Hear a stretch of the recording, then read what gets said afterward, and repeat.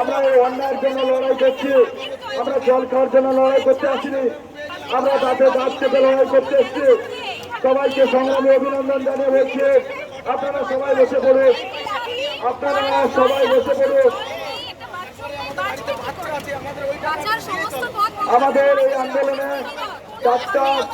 আমাদের এই আন্দোলনে নাগরিক সমাজ এগিয়ে এসেছে, সবাই আমাদেরকে সহযোগিতা করছেন, আমাদেরকে খাদ্য আমাদেরকে জল দিয়ে সহযোগিতা করছেন।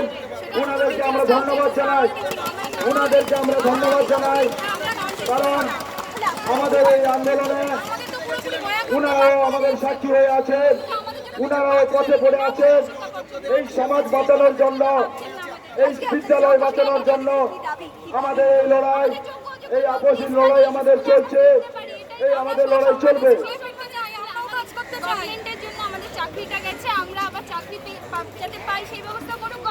আমার সমস্ত সহপাঠী এবং কলিগ ভাই বন্ধুদের জন্য একটা বিশেষ বার্তা।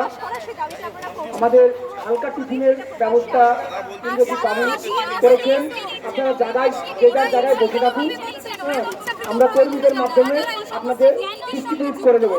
ইচ্ছাকৃতভাবেই করছে যাতে এই ওএমআর যেন পাবলিশ না হয়, এই যোগ্য অযোগ্য লিস্ট যেন কোনোদিন পাবলিশ না হয়, আর চিরজীবন যেন আমরা এইভাবেই একে অপরের সাথে লড়ে যাই, এইটাই চাইছেন উনি।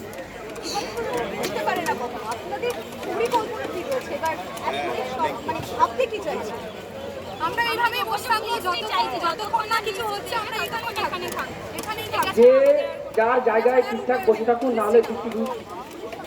আমি মধ্যমগ্রাম এপিসি কালীঘাট।